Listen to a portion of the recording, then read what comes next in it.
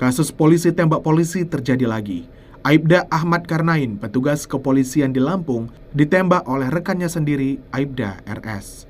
Peristiwa ini terjadi di kediaman korban dengan luka tembak di bagian dada pada hari Minggu 4 September 2022 malam. Kapolres Lampung Tengah mengungkap motif penembakan ini.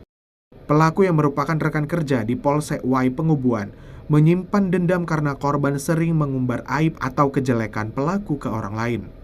Pelaku yang dipenuhi amarah mendatangi kediaman korban dengan membawa senjata api. Pelaku kemudian menembakkan senjata api dinas miliknya hingga mengenai dada kiri korban. Korban tewas dalam peristiwa ini. Kasus serupa pernah terjadi. Kapan berakhir? Siapa yang tahu?